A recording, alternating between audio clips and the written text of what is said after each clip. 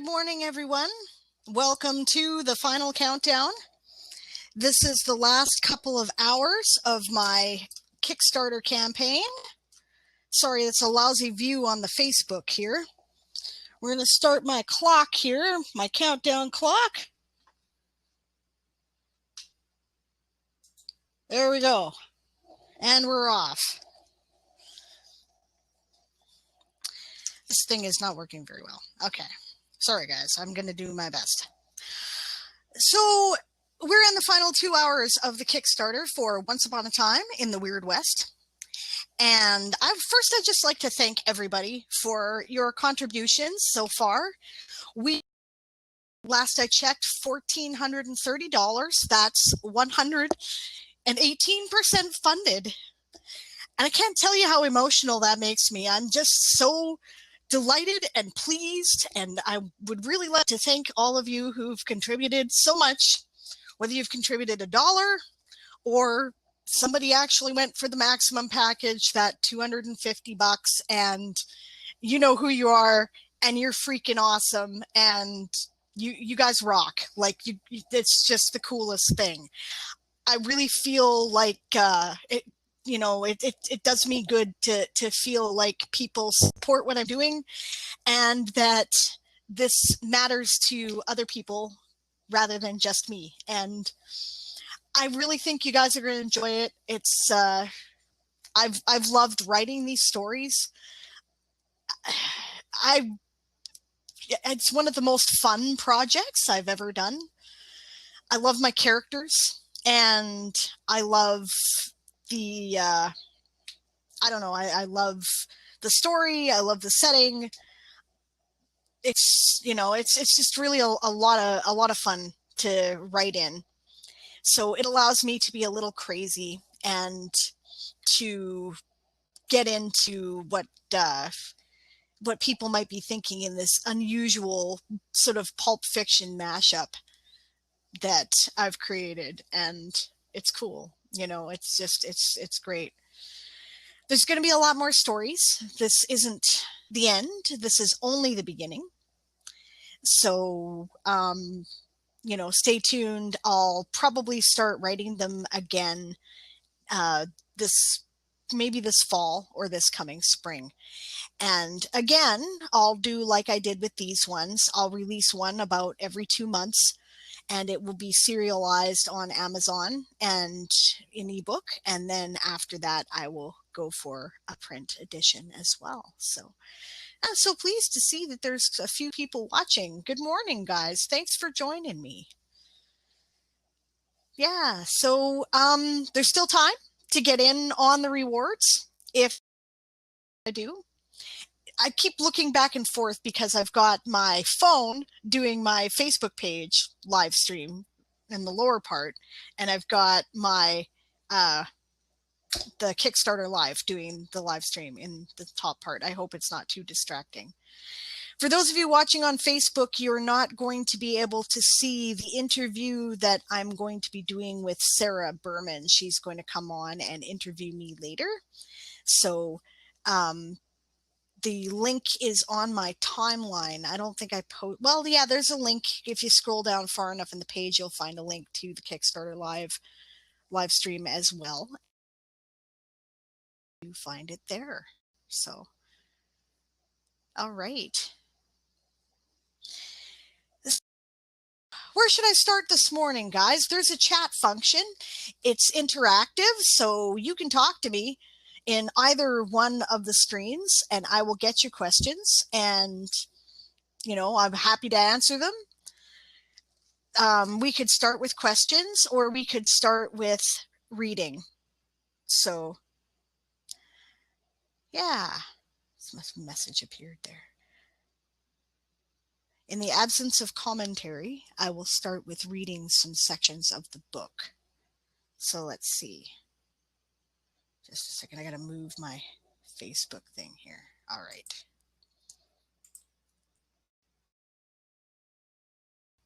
So let's see. I should start.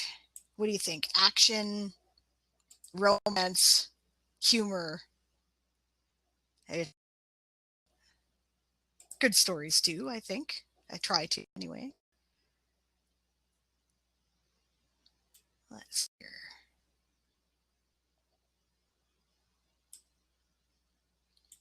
Here, let's do some character stuff. This is section part 3, The Vigil, and this is how it starts.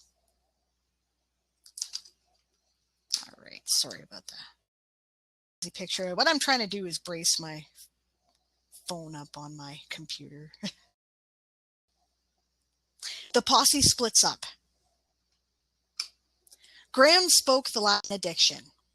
As he sprinkled the salt and gunpowder and bid the dead gangster to rest in peace, his father looked on silently, neither helping nor hindering. His blistered fingers stung. His pistols were still warm as they rested against the outside of his thighs, back in their holsters where they belonged. He could sense the grim purpose seething in them, itching to perform their cold function, to kill again. He could smell the iron tang of the blood amongst the hay. He got to his feet. His father met his eyes and nodded, a slow, grave motion. The knot between his shoulder blades began to untwist as he nodded back. Walsh looked at the assembled crowd, then back at his son. He seemed about to say something, then took a long, deep breath and said, "Let's all get a beer."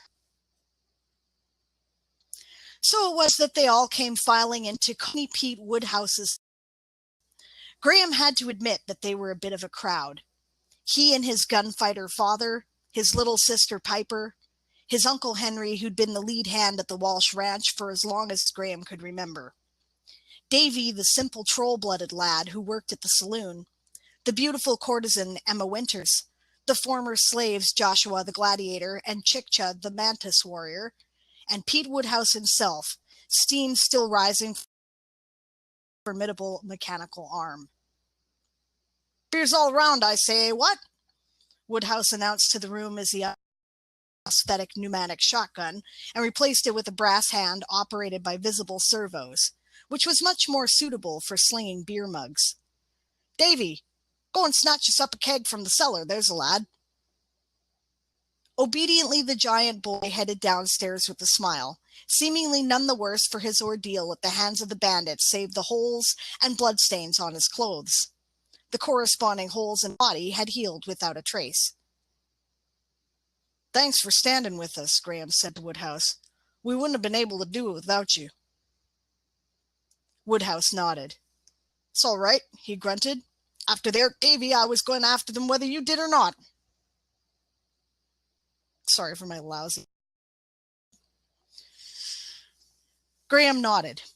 He didn't like it, but he'd seen the look in Woodhouse's eyes, and he couldn't say he blamed him for it.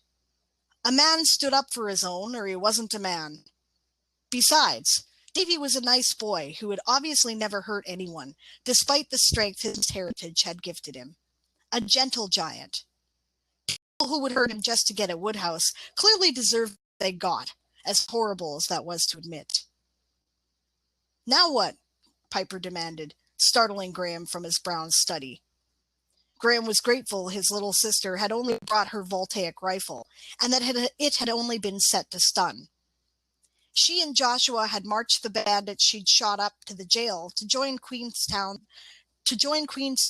mayor behind bars.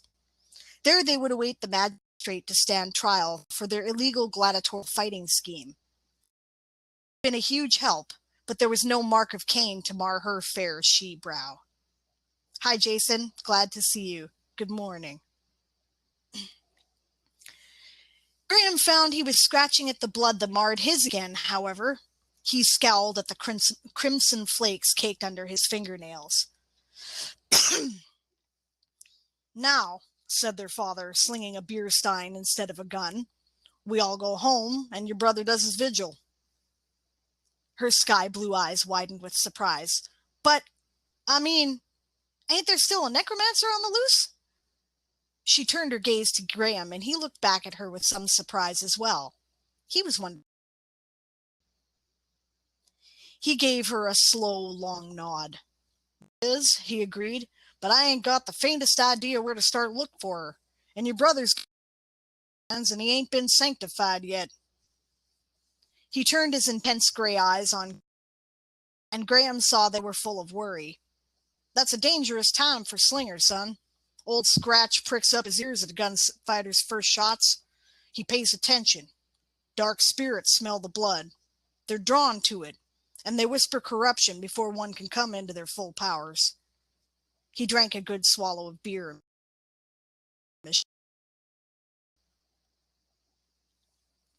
Chikcha the mantis warrior lifted its upper body. Graham had never been so close to one before, and the effect was more than a little intimidating. They didn't exactly look like praying mantises. They were more like what would happen if you crossed a praying mantis with a grasshopper and then gave it human-sized arms with hands. They were not human hands, only 3 fingers and a thumb. One finger was longer than the others, ridged with razor-sharp saw teeth. Although he had never seen one up close, he had read about them in his studies. Mantis folk were patterned with a wide variety of colors, and he knew that the similar shaded ones tended to swarm, in tribal groups. Chikcha was patterned in dun and green patches, with attractive yellow blotches around his shoulder in places. Most of his long abdomen was taken up with the hard outer shells of his wings. Chikcha's widely spaced, shimmering compound eyes took in the whole room without moving. The narrow antennae at the top of his head straightened, then turned towards Graham. "My people are the best trackers there are," he boasted. Graham assumed because of the lower timbre of the alien voice that came through those strange mandibles. But for all he knew, the creature could have been female, or hermaphrodite, or entirely sexless. "I will enlist the aid of my tribe, and we will find the Widow Brinks. When your offspring has finished his spirit quest, we could rendezvous at the place you call Echo Valley, and we will guide you to her." The gunslinger nodded. "That sounds just fine, Chikcha. We'd appreciate your help. A necromancer is a danger to everyone." "What was a necromancer doing mixed up in this horrible fighting thing anyway?" Piper asked as she sipped at the beer she'd taken with a furtive glance their father's way. But he said nothing, so she tipped back a good swallow and scrunched up her nose at its bitterness. Graham saw that Woodhouse was smiling. Joshua, until now almost as rigid and silent as a statue, craned his head around on his massive shoulders to meet her lively blue eyes. She was feeding on the deaths somehow. Piper shuddered. How awful! A slow smile crept across the ex-gladiator's face. Graham wasn't look. How many had died by that man's hands, he wondered, and none of it sanctified. What kind of an effect was that likely to have on a man's soul? Did he want such a man looking at a sister like that? He wrapped his blood in the beer stein, finding it soothing. I would like to find her too, Joshua said to the mantis, but I know nothing of the wilderness. Chikcha shook its head. You would slow us down.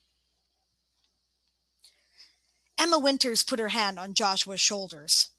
You could stay with the guild, she offered, at least until we get word of her whereabouts. I was hoping to visit the Walsh's ranch, but I would rather get you situated first. No reason you couldn't come with us first, then connect with the courtesans afterwards, is there? Piper suggested, putting a hand on his other shoulder. Graham didn't much like the look in her eyes either. Their father surprised. I was kind of hoping you might come to visit us too, Emma, and I'm hoping your mama might care to join us if she's in town. Sorry.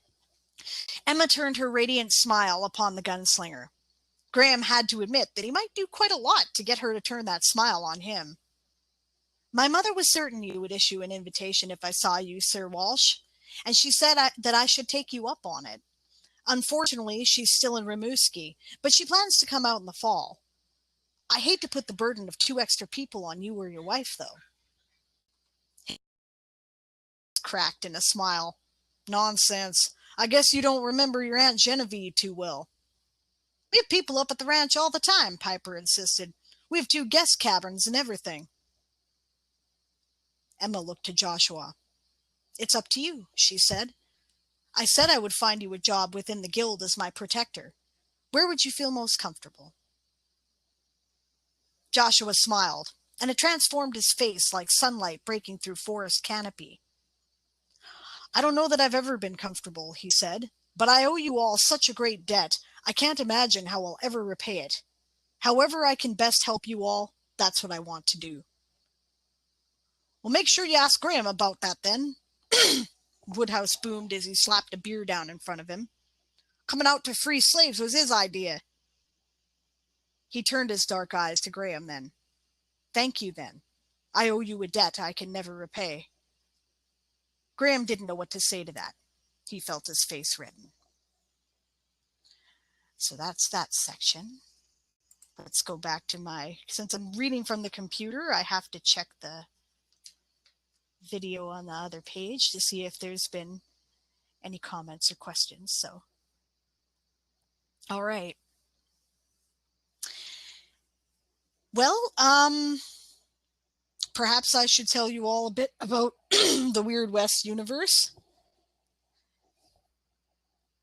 1 hour, 43 minutes to go. So the Mantis folk, they're an interesting bunch, and obviously they were inspired in part by, all those giant monster movies that, came out of stories from the 50s where radiation or scientific experiments or something weird like that created some giant variation because, hey, giant bugs and giant lizards and, even giant tomatoes are very convenient to use as a low budget monster.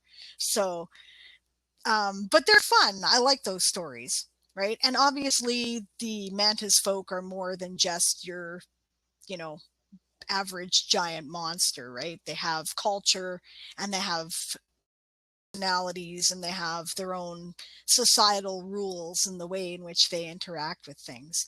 And I just thought they'd be kind of fun to put out in the wilderness. So that's, I don't know. Sometimes stuff comes to you when you write, as Jason knows, who is watching on Facebook, because he's also a writer.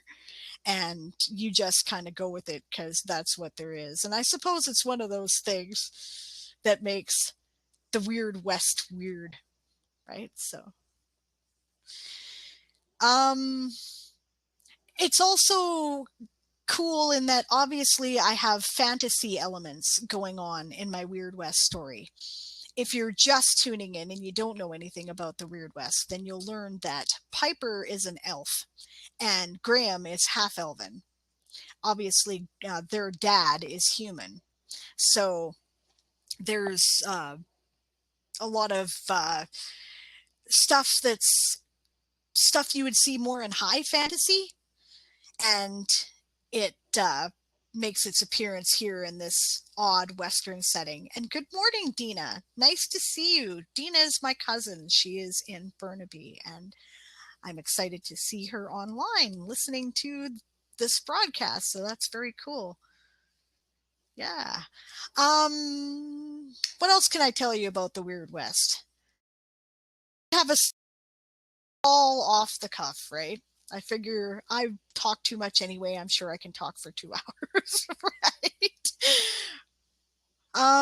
Yeah. No, why did I do that, I guess? Why did I mingle the high fantasy and Western elements? In part, it was inspired by role-playing games, tabletop role-playing games. And initially, we were kind of sitting down trying to create a setting that was a bit unusual because we've been playing Dungeons and Dragons as something that my hubby and I do and my social group and I do for many years.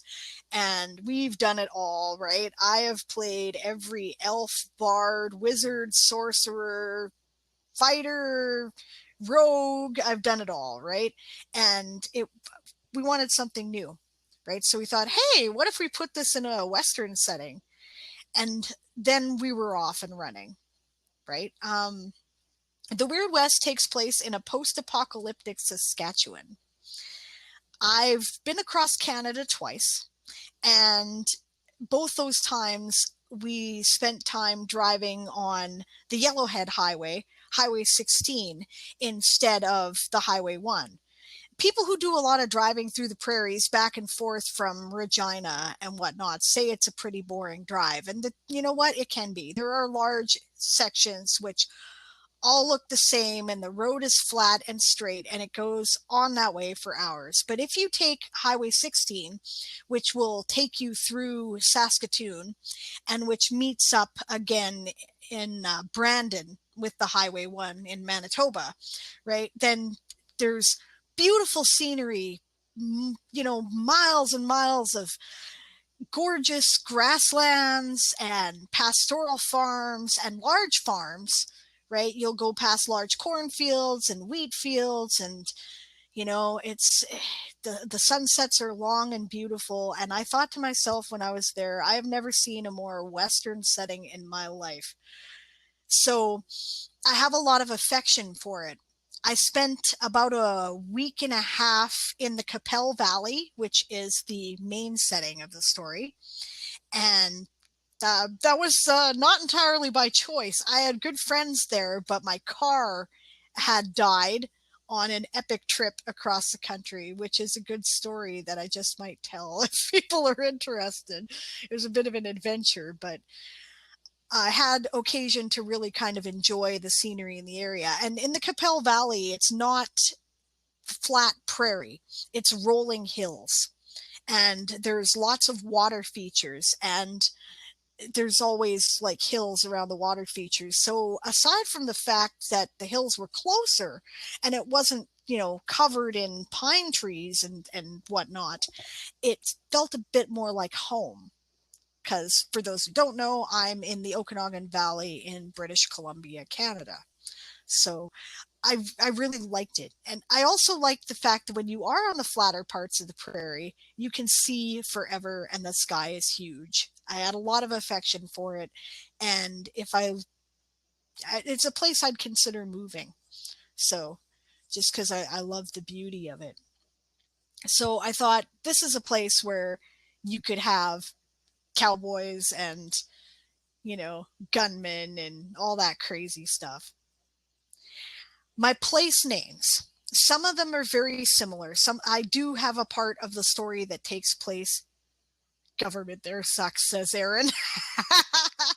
Yeah, well, yeah, that's true. They all tend to have a bit of a conservative bend, don't they? And I tend to vote more left, so that's probably a fact. And I probably wouldn't. Every place has their drawbacks, right?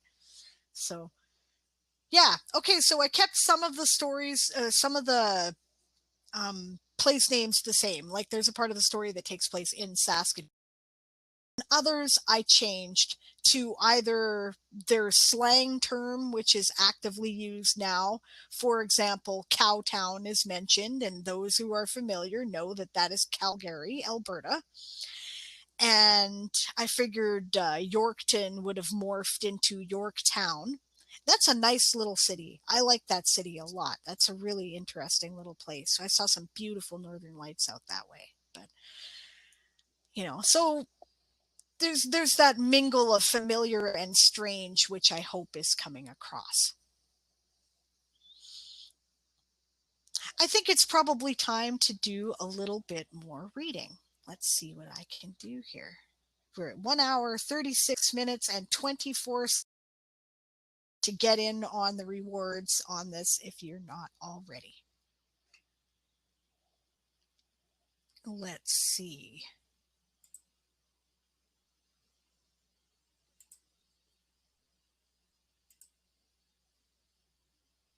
Yeah, okay. I'll just read the next section. I think it's kind of a good way to describe my setting more than my characters. Let's see.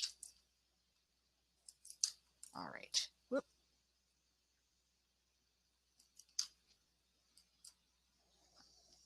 On the road. Dusk had already fallen before they made camp.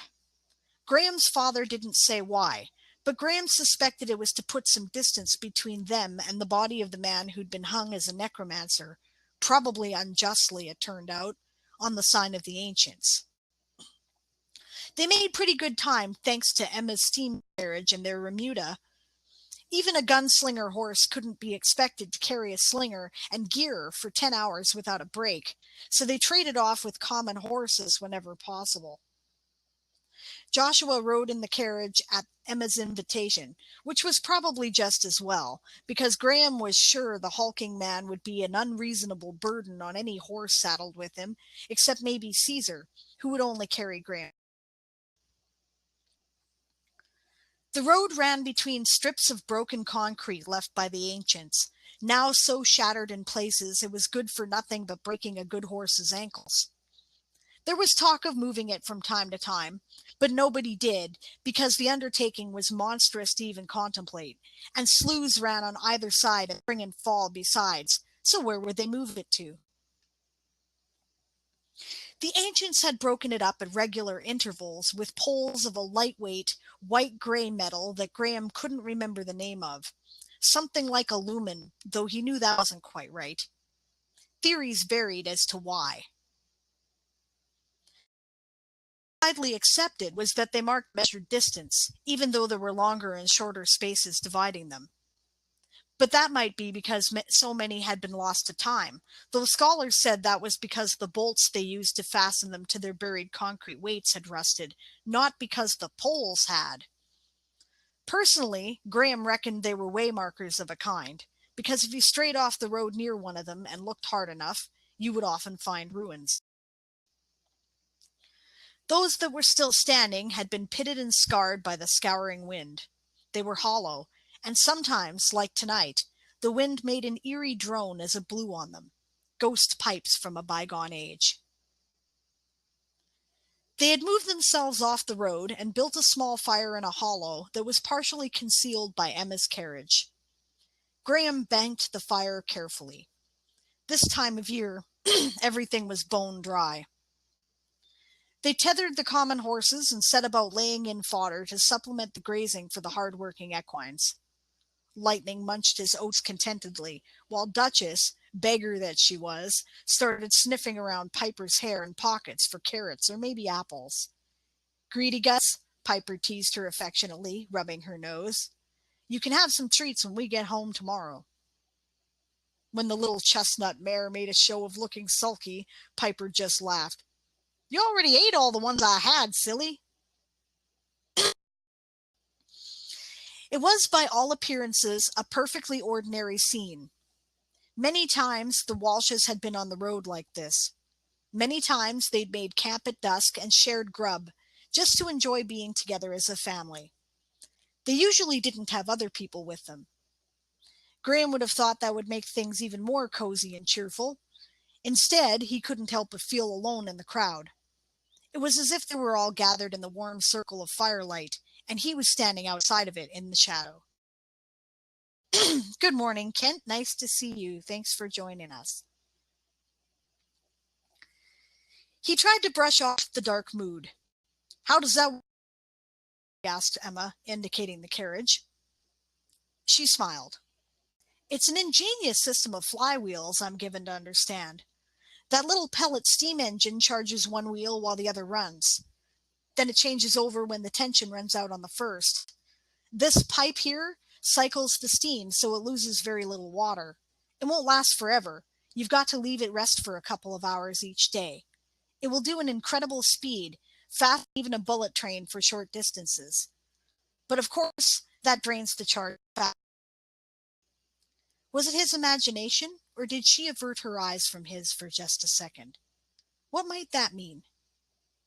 I commissioned a clever young gnome named Wesson Smith to build it for me. Graham raised an eyebrow. Wesson Smith? Really? She laughed, and despite himself, he shivered. Her laugh was like the musical tinkling of silver bells. He couldn't get enough of it. When I said the same thing, he said his father had a sense of humor. She shrugged. His eyes were drawn to the curve of her smooth, light brown shoulder and the delicate bone of her clavicle. They were gnomes, she pointed out. He nodded. Gnomish culture certainly seemed to be one of humor and fun. Suddenly he remembered the young apprentice who'd been sweet on Piper, and felt a tinge of guilt at having been so overprotective for no good reason.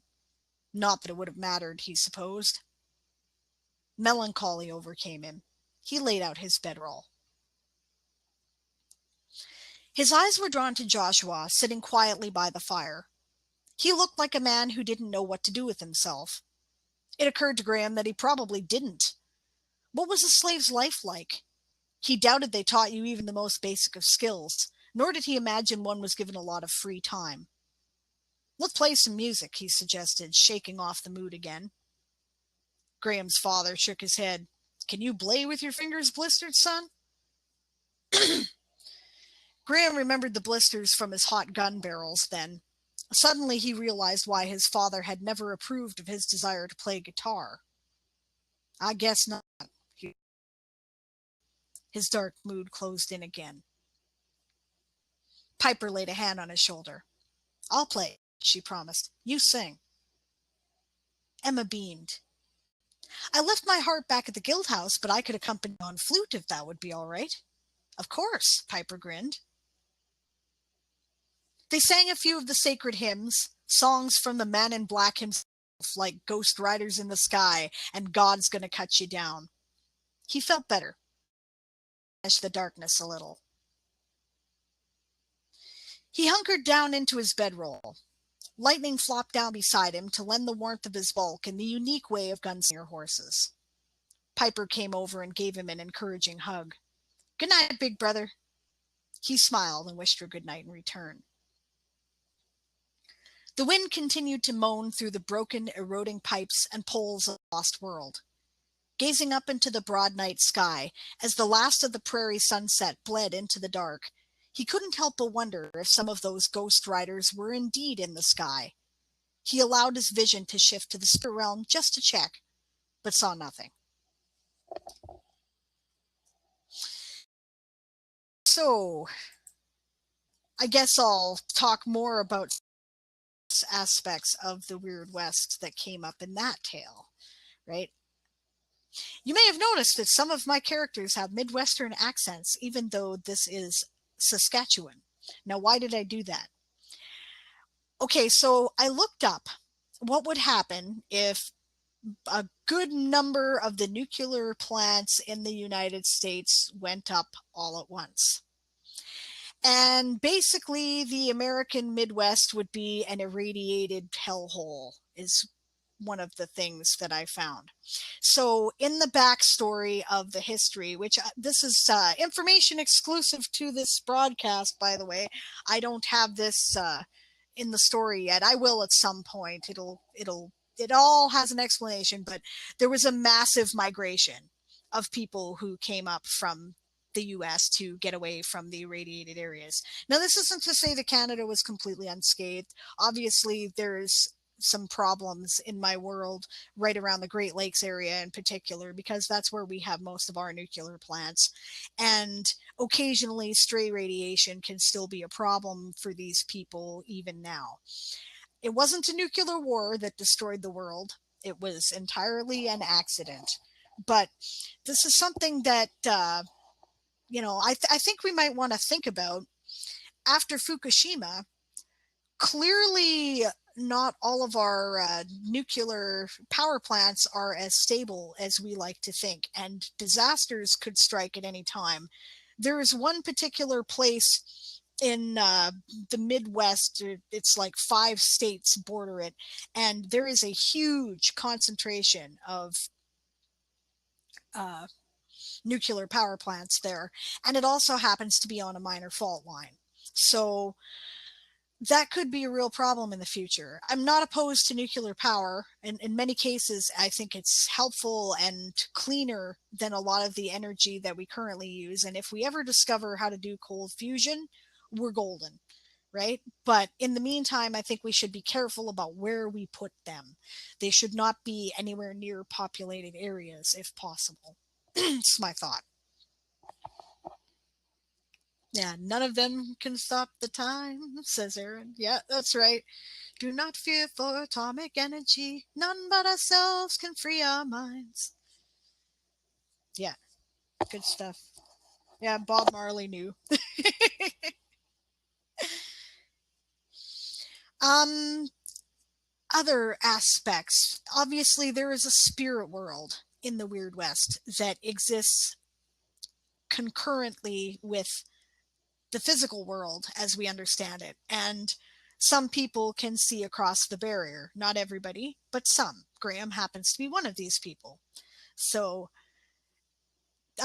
ghosts are a thing in my story. Ghosts and spirits and, totems and mythological creatures, and they appear quite a bit. But I like to try to maintain an element of magical realism in that magic doesn't solve all your problems. It has limitations. It can't do everything. And also, you'll find that a lot of the magical systems, the way they work, are based in real world magical and occult practices, because as a Wiccan and a pagan, I'm quite familiar with a lot of them, right? So you'll recognize elements of ceremonial magic in places and folk magic in others. Yay! Sarah is here!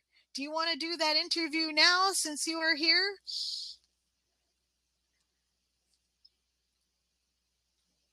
You just have to log in with the host link. So I'm going to shut down the Facebook feed for the moment while she does the interview, because unfortunately I can't make that broadcast on my Facebook page while I am. It says done, but you're not here. Uh-oh. I am confused now. We are having a technical difficulty. No. Oh, okay. You haven't decided to go live yet. Okay, fair enough. Yeah, you're waiting for me to finish shutting this down. Okay. So, yeah, I'm going to shut down the Facebook feed for the time being because you're not going to be able to get the interview there. I will be back when the interview is done. In the meantime, if you'd like to watch the interview and you're watching on Facebook, then just scroll down the page. I'm sure one of the first links on my author page will be the link to the Kickstarter. I will the live broadcast. So, and otherwise, I'll be back in a few minutes.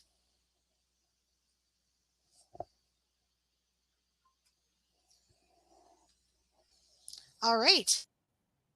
Ready anytime. Hello. Hello. Uh-oh. There you are. Okay, I thought for a minute I wasn't getting the audio. Thanks for coming to do this for me, Sarah. I really appreciate it. How are you today? Oh, pretty good. I had a heart attack first thing this morning. Oh, what's up? Well, my husband took my oldest to school while the youngest was getting ready for school, and I was supposed to take her to school, but I kind of dozed off. And Uh-oh. when I woke up, she was gone. Yeah, mother heart going, ah! Yeah.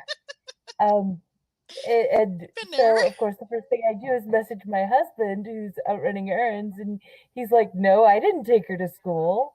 And I'm like, Oh no.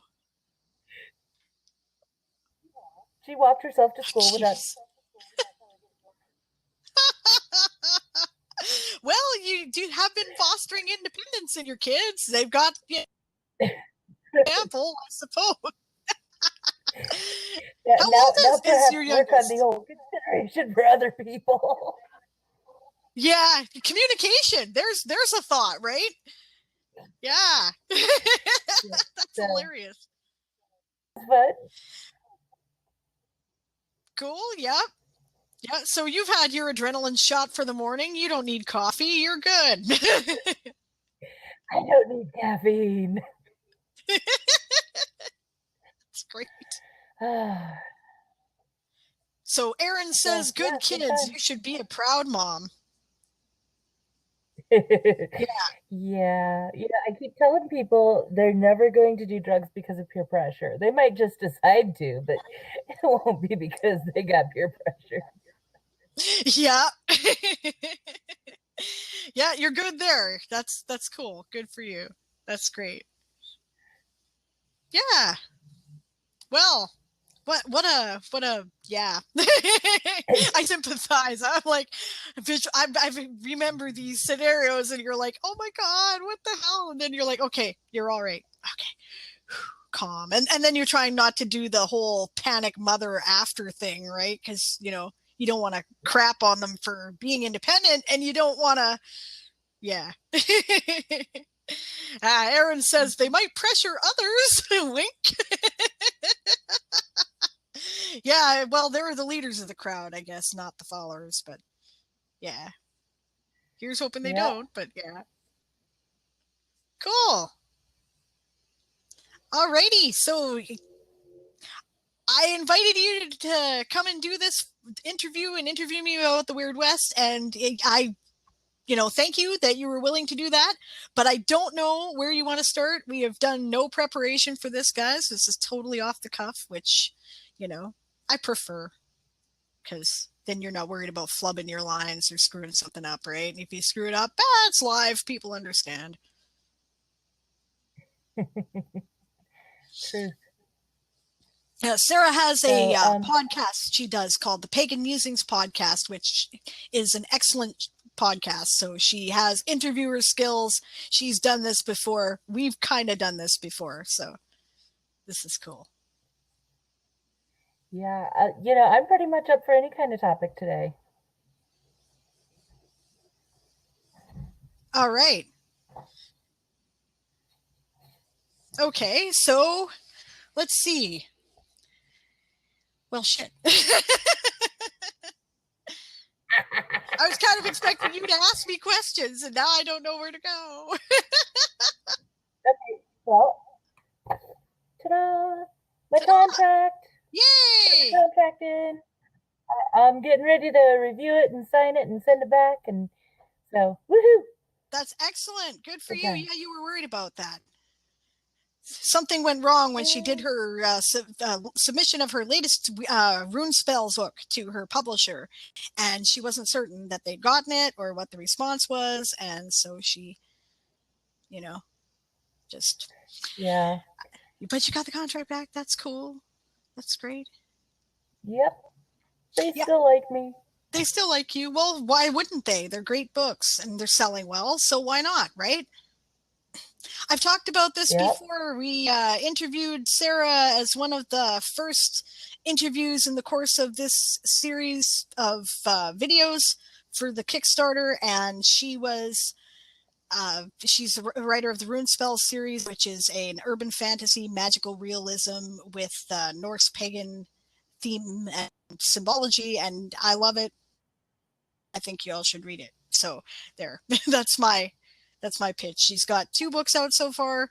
The first one is Too Weird, spelled the same way I'm spelling, was something that bonded us when we started talking about it. And then the second one is called Fluffy Bunny, Do Not Be Fooled by the title. Do not. It's that one goes to some dark places. Yeah. It's been. And what's the third one going to be called? Do you know yet? The third book is The Chains That Bind. Right. And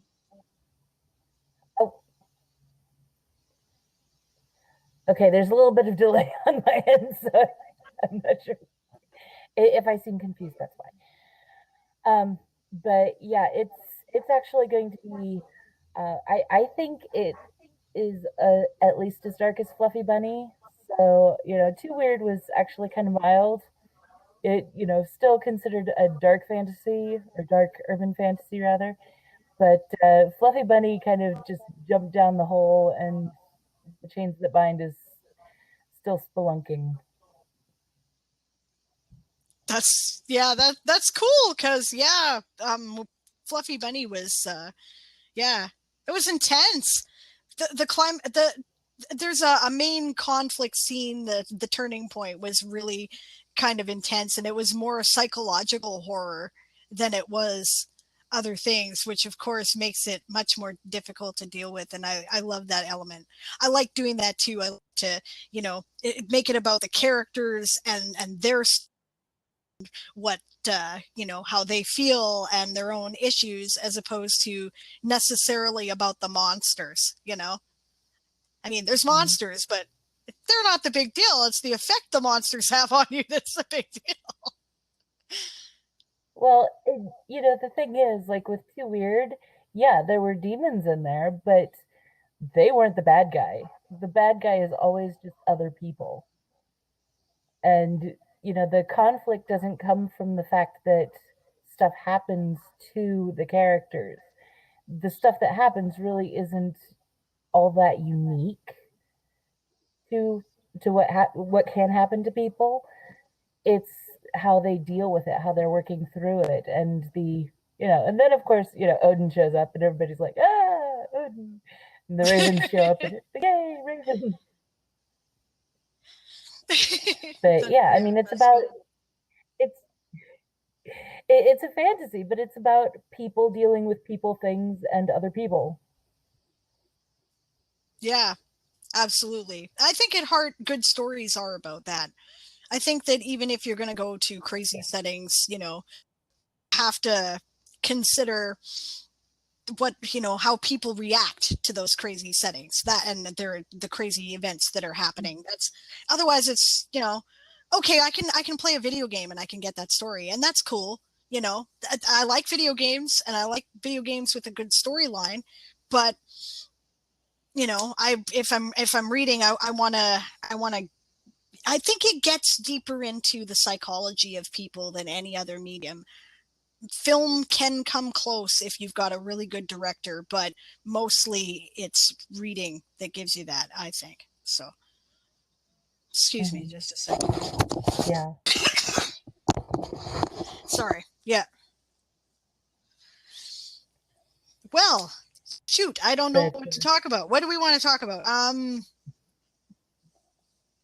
Well, so you're in your books, you are also dealing with, essentially just people dealing with people. There's magic and there's stuff happening, but a lot of the conflict comes from people dealing with other people, and some of those other people aren't great other people.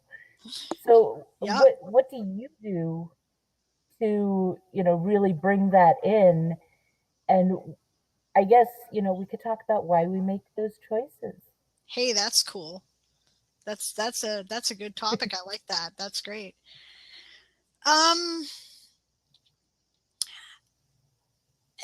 What do I do to bring that in terms of illustrate what the conflicting motivations of the characters are, or what are you asking about specifically there? Well, okay, so in mine, I had monsters, like real actual monsters, but I made a conscious decision not to make those monsters the big bad, enemy. They were just they were minions. So, for me, it had to be more of a subtle threat. Is that something that you decided on as well? Was that some like a conscious decision that you made to make it, yeah, you have the possibility of having, rawr, but instead you chose to, yeah, instead you chose to have a person, just, a more or less regular person be the bad guy. Yeah, So was actually, that yeah. When I started it out, I wanted the villain to kind of be a nebulous force behind the scenes. I'm hearing an echo. Right. Could be me. Is it me? Well, it's me coming through your computer. I think. I'm not sure, but yeah. Yeah, I knew who the villain was when I started and what the deal was, but the characters, of course, have never encountered this person, right? So discovering the villain and what's really going on behind the scenes was a big part of the course of the plot. When they first get into trouble, they encounter, he seems like the big bad, but other stuff going on in the scenes with this guy as well, right? And ultimately, the final is not this person, even though they're the ones that everyone was scared of in the beginning, right? I enjoyed doing layers. I had some criticism as the story was unfolding because I serialized it. There where people were like, "Well, your villain isn't, real," and I'm like, "But dude, I know exactly what's going on because what this person is thinking," right? So I guess then I chose in the last part, right, the Widow's Gambit, which is a little less than half the book. Actually, it's the one that was 45,000 words, right? To do changing viewpoints. Like in the other stories, I stuck with a single viewpoint character, and it's not the same viewpoint character. Graham is the usual one. I think he's the viewpoint character in like 2 of the stories, or 3 of the stories, pardon me, right? And then Woodhouse is a viewpoint character in one, and Piper is a viewpoint character in one, right? So, but in the final one of the reasons why it ended up being much longer is because I was going back and forth between the viewpoint characters that I already established and our villain, right? And showing what the villain was doing. Right. And yeah, that was a conscious decision. I think George R.R. Martin said it best when he said that, the worst evil is the stuff, that's in our own souls, right? That's where the worst evil is. It's not, the boogeyman, right? It's what we think about the boogeyman, Yeah. And why we make those choices. I'll let you go for it first, and then I'll jump in after because I've been babbling a while. So, well, for me, it came down to one conscious thought, and that was, it's really easy to write a book about saving the world from monsters. So it's like, well, okay, so I know that the entire plot is about, saving the world, which is already a little and I was like, well, if I make it saving the world about monsters, that is just really trite. So, and I was like, it can be done well, but I did not have the ideas necessary to make it well. And so for me, it was always that it needed to be a more personal threat. And that's when, Keith came in, and then Keith died. Yeah, the spoiler, a little spoiler. little spoiler, But yeah. he was not supposed to die like that, and then he did, and I was like, well, now he can't be the bad guy. So Uh-huh. so I went back and did some rewriting and looking around, and I was like, I need a bad guy that is manipulating. I need a bad guy that is, the psycho behind the scenes, because we've all met that person. We all know somebody who fits that particular description. And they're not scary because of necessarily what they've done. They're scary because you don't know what they are willing to do. They're not buying into the social contract of what is and is not appropriate behavior. All bets are off. That's what makes them so terrifying. So I realized that was such a visceral feeling. I wanted to tap into that, and ironically, I named my character what I named him because it was the most generic name I could think of. That's great. Yes. Yes, villains and heroes are ordinary people, right? I agree with you in that sense, right? I think for me the reason why I made this choice is because okay, the world depresses me at the moment, right? We're constantly seeing examples of people being selfish and calling it a virtue, right? I don't think it's a virtue. I don't think, I mean, you gotta consider yourself when you're considering what's the best good for everybody. But at the expense of others, or, when you know that your actions are hurting others, that's not beneficial. And in the short term, it might be a good idea or might seem like it, but in the long term, it's disastrous. I don't know why people can't see that the world is a better place if we all try to make it one, right? And it's not everybody, but there's enough of that going on out there. Who do we idolize? We're watching the Kardashians, right? I mean, these people, you know, right? I don't have anything against them personally, but the reason why we're watching them is questionable. We're watching them because they have a lot of money and they like being the center of attention, and it's all about them, right? And okay, I don't fault them for that, but why are we watching this, right? Why aren't we making our own stories? Why can't we be friends? Why can't we be friends? Says Aaron. Yeah. Yeah. So, okay. So there are dark supernatural forces in my story, and but a big part of my story is that I hope I have successfully communicated the idea that nobody's religion is the one, right? Nobody's belief about what goes on true, right? It might all be true, and it might be entirely a thing because of the beliefs of the people who are engaging in either holy or dark powers. And my holy powers are not your standard holy stuff either, right? They're holiness is trying to improve the world,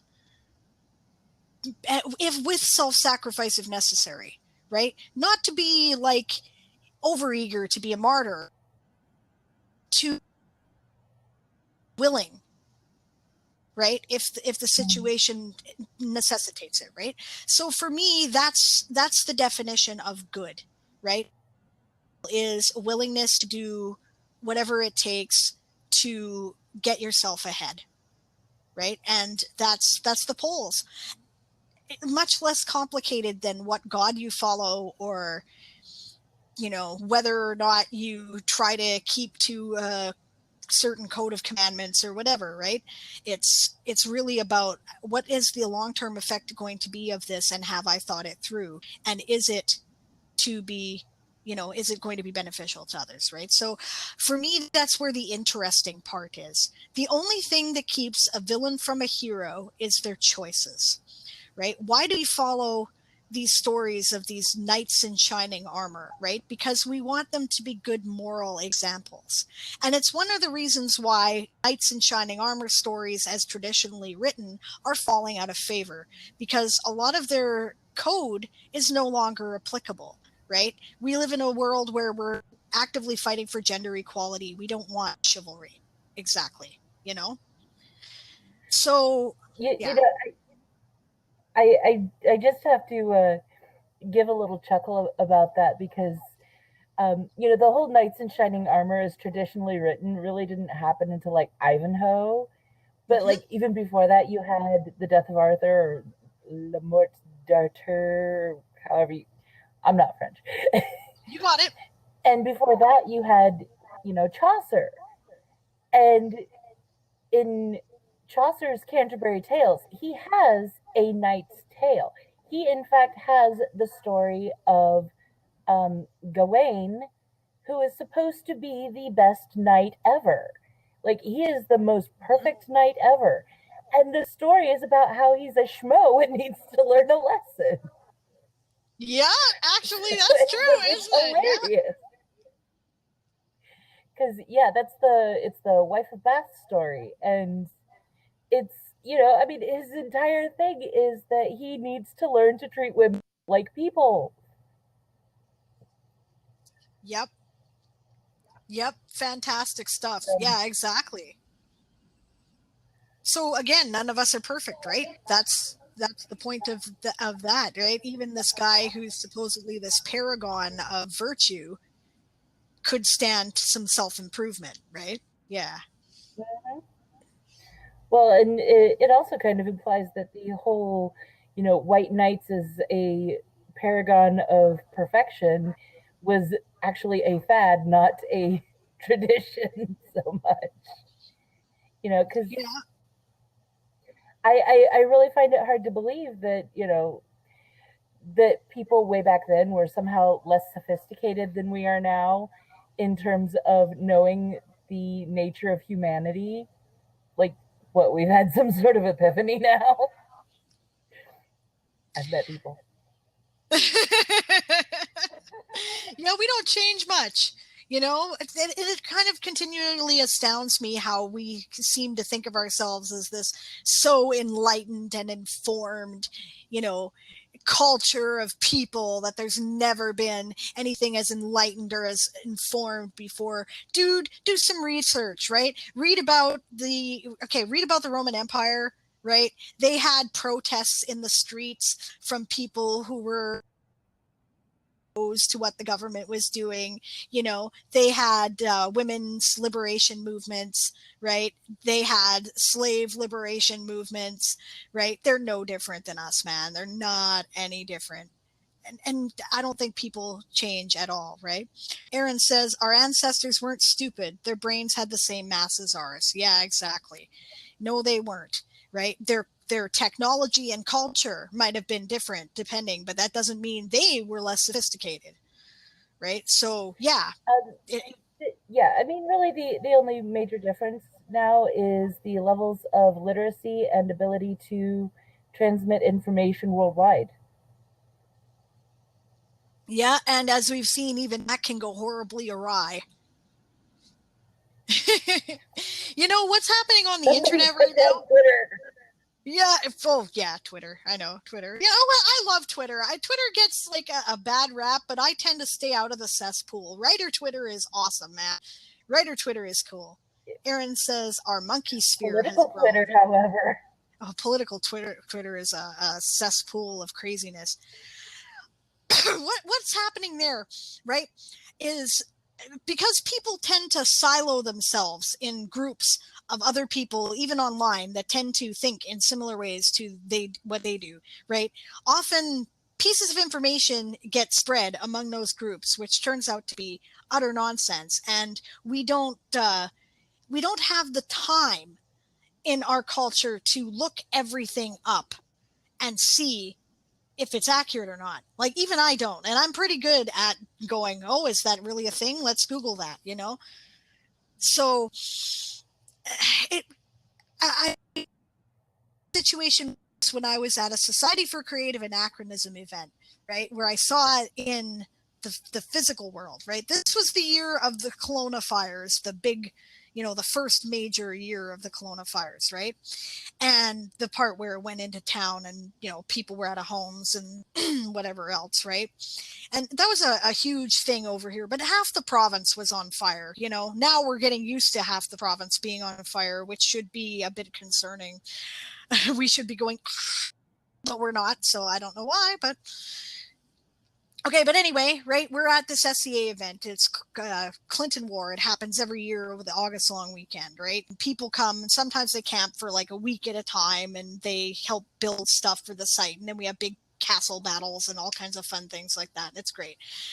Okay, but so stuff in bits and pieces about fires starting while we were there. Like, one started while we were at the event that closed off one of the major highways, and I had to take an alternate route to get home, right? But the rumors started spreading that we were surrounded by fires and there was no way out of Clinton, and we were just going to have to stay, right? And of course, there's a particular blowhard who ended up being the originator of this idea that I suspected was the originator of this idea. So what I did is this was before cell phones, right? I drove my butt down into town, right? Okay, it wasn't before cell phones existed, but only rich people had them. I went downtown, right? I went to the payphone. I found the number for forestry. I phoned them and I asked them, and they had no idea what I was talking about. They said, "Okay, well, there's a fire in Falkland, so if to Vernon, you're going to have to go through Salmon Arm instead. But otherwise, no, it's pretty much the same as it was at the beginning of the weekend." And I'm like, okay, and it was that simple. I went back and I said, "Look, I phoned, right, and and this is not what's going on." And okay, right. And so that was spread throughout the camp quickly by the organizers because this other rumor had spread, right? So this is what's going on in social media, right? But the problem is there's a lot of distrust of sources, right? So you can't just go, "Oh, well, forestry said it, that must be the case," right? People question where the information came from. And so these conspiracy theories flourish unchecked. And it's on either side of the divide. I can't say that the stuff that appears in the right wing tends to annoy me because I'm very left in my politics, but the left has its crazy conspiracies too. Like, there's these people who insist on talking about chemtrails, and I'm like, you're nuts. You don't understand the physics of how this works. You don't understand chemistry. Please just don't. Right. So, but yeah. So Here, let me buy you a class on aerodynamics. That'll help. That's right. That's exactly right. Or watch this YouTube video. Yeah. Yeah. I don't know how we got on that tangent, but. Well, I was actually talking about the whole sources thing last night on the podcast.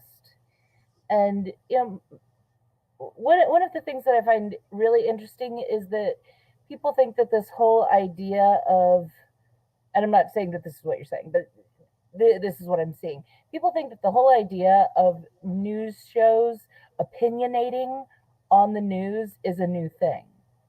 And it's really not. That's, No. that's why we watch the news instead of just, reading research papers, because we want somebody who at least ostensibly knows what they're talking about to feed it to us in layman's terms and do some interpreting for us. We do not want to have to be experts on everything. The problem is we're seeing a lot more, and statistically it is stronger on the right, of people who are not reporting the facts, they're just reporting the opinions, or they're reporting facts that are less, shall we say, valid, in the sense that, I mean, you know how science works. We're talking like peer review, we're talking, ability to replicate results. We're talking about, not violating the laws of science, flat earthers. This is what we're talking about.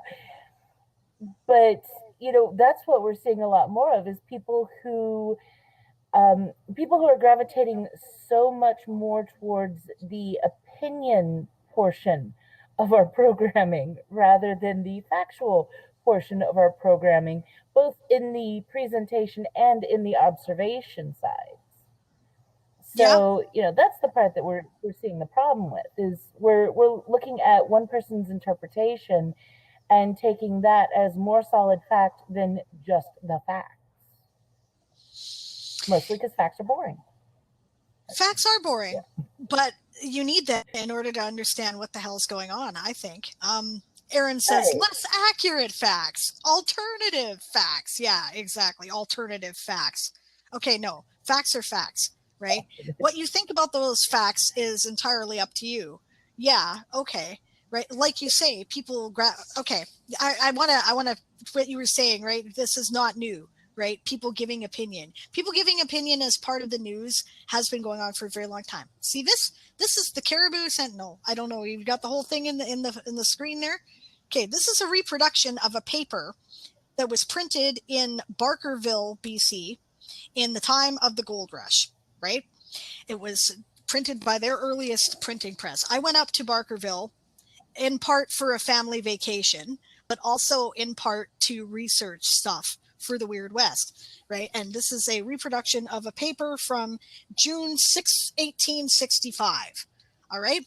Now, in this paper, you will see that just about every news article, which there are lots, is written with an editorial bias. As a matter of fact, that particular opinionated style of journalism was quite common in the 1800s. This is what people expected to read. Like, they would read character judgments of people in the middle of, you know, what was going on, right? And it's really very interesting. So yeah, that's been going on forever.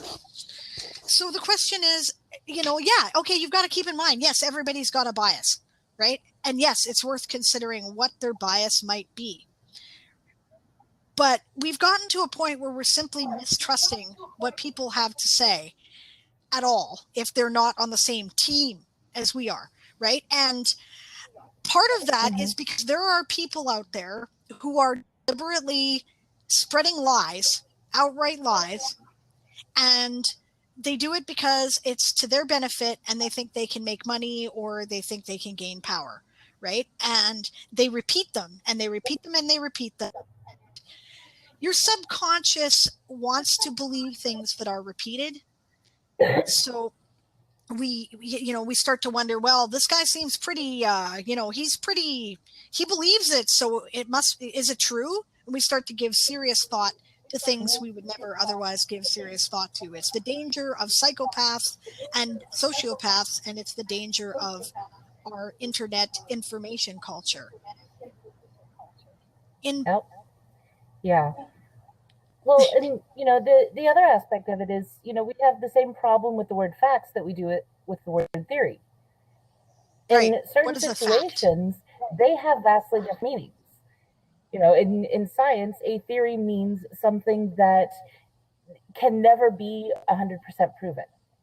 It can be 99.9999999999999% proven, but it can never be 100% proven, so it has to remain a theory.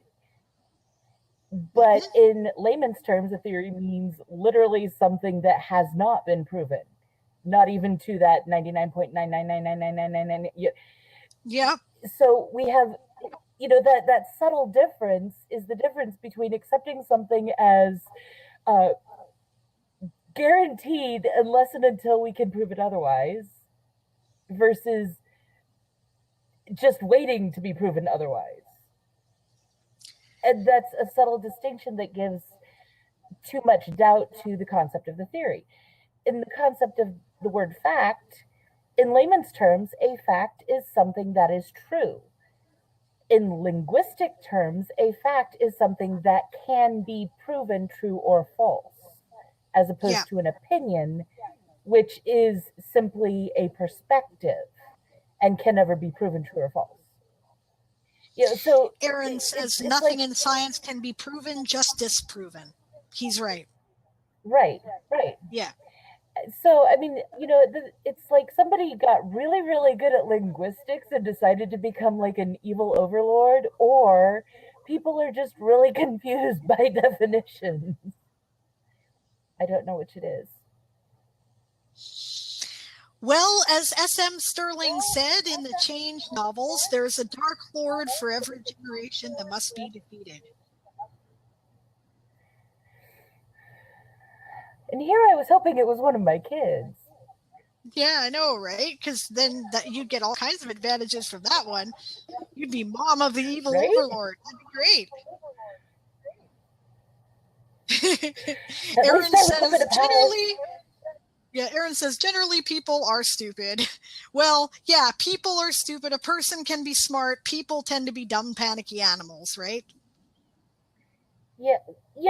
I really think that it's just that, as we get more information, like I said before, we have the ability to transmit information across the world like we've never had before. Yep. That means that we are constantly bordering on information overload. And if evolution, I don't know how many people have studied evolution, but if you've ever studied evolution of the human psychology, we are specifically designed to be as lazy as possible. Yep. Because our brains take up a heck of a lot of energy. It is not an efficient thing. If we could be lazy about our thinking, we should. We really, really should. That's why we have, the concepts of generalization. That's why we have the concepts of, schemas, where you recognize a certain pattern of behavior and you can just kind of fit into that thing and you know what's going to happen. We recognize these things because they make us not have to think as much. And right now, we have to not be like that, but we're specifically designed to try to be like that as much as possible. So, yes, it's yeah. I read a great book I that think deals with just that. Oh yeah? Yeah, it's called Blink, The Art of Thinking Without Thinking. Right? Like, we have Yes, two different I've heard of ways of that one. thinking. Yeah, Malcolm Gladwell, right? There's two different ways in which we approach things. And one is that, reasoning out A plus B plus C equals D, whatever, right? And then there's what he calls thin. And this works on the principle of generalization. Because we've already established that some things have a pattern, we take a quick glance at things and we assume it's going to be this, and then we react accordingly. And this can be really useful, right? Because it's a survival mechanism. That whole A plus B plus C thing takes time. And if you're about to be eaten by a bear, this is not something that, you need to have happening. You need to be going, holy crap, and reacting, right? So that's what it's for. But because it relies on our subconscious information and we pick up things that are repeated to our subconscious, sometimes the information is faulty, often, right? So we need concerted effort to try to get non-faulty information, right? And of course, yeah, sometimes that's impossible, right? Like history is always the best guess based on what we have at the time. Any narrative about how anything historical happened is entirely based on somebody's current information and often assumptions, right? There's a big problem in the studying of history because it tends to be very colonial, right? A lot of our early historians were all, white colonial types who were trying to prove their vision of we are the superior civilization, which is of course nonsense. And therefore, a lot of the study itself is geared to look at things in this way, which therefore is faulty thinking, right? This is one of the things that we should,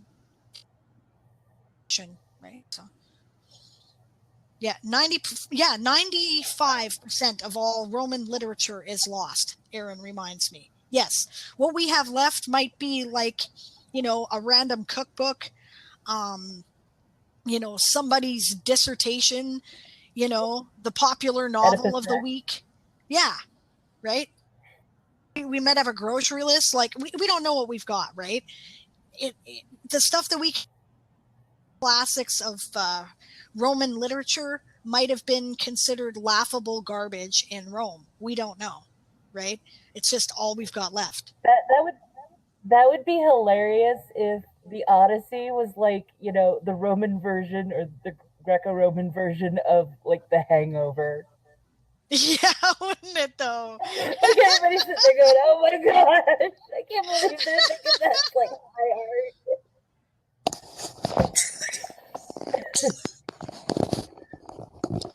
But yeah, I mean, and the thing is, historically, we didn't even have significant levels of literacy throughout the general population. It was, an educated thing, and like you said, history is written by the victors. Yep. We have to actually go digging for the other histories. Sometimes literally. Yeah. Usually literally. Often literally. Yeah, I gotta that digs for literal history. Well, more often than not, dives, right? Like, he does underwater archaeology. It's not written by Homer. It was written by another Homer.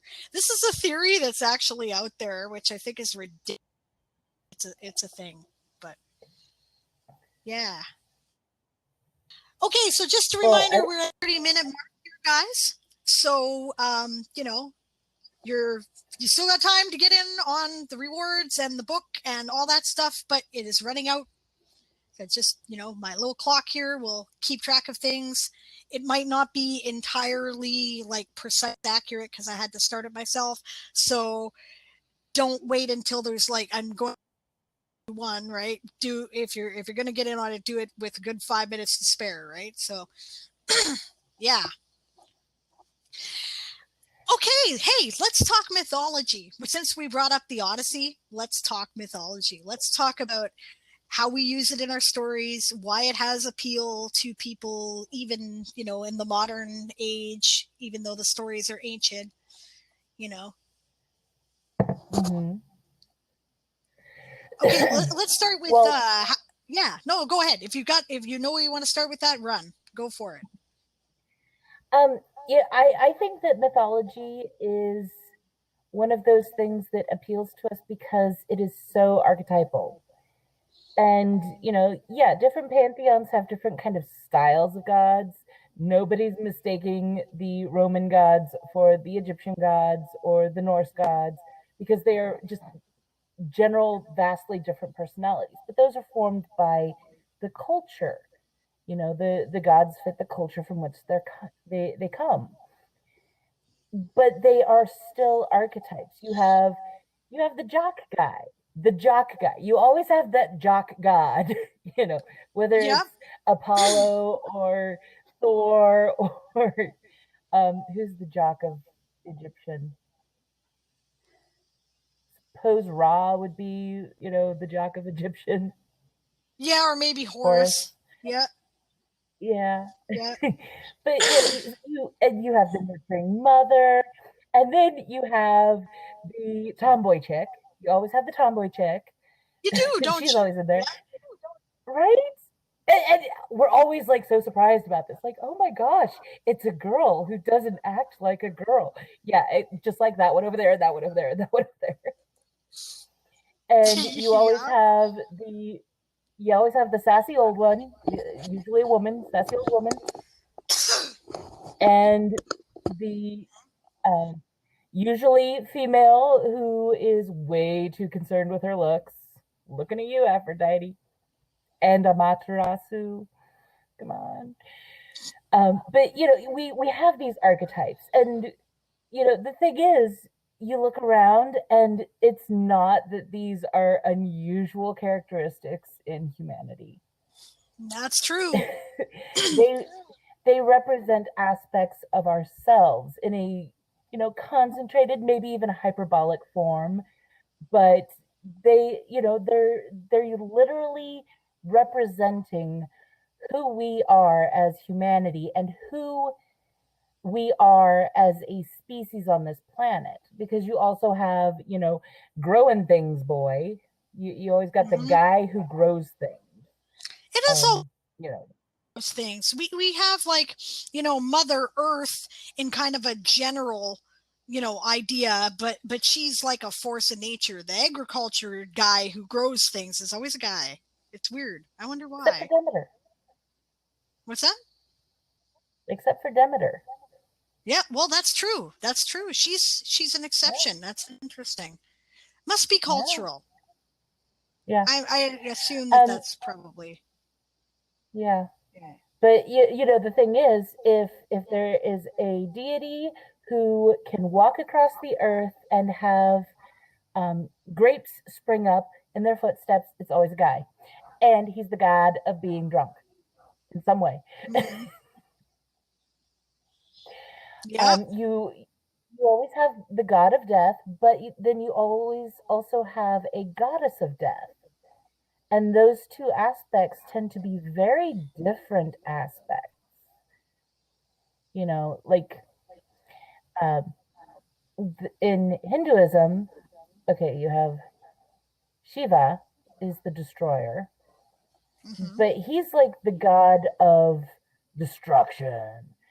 And then you have Kali, who is the goddess of actual death, like the inevitability of no longer being here. And, you know, so like they're kind of the same, but at the same time, there's like a very distinct difference in the way that they feel. And, you know, so, but yeah, I mean, you have all of these archetypes, and I really think that it says a lot about both the nature of nature and the nature of human psychology, that we do this so often. You know, even isolated groups.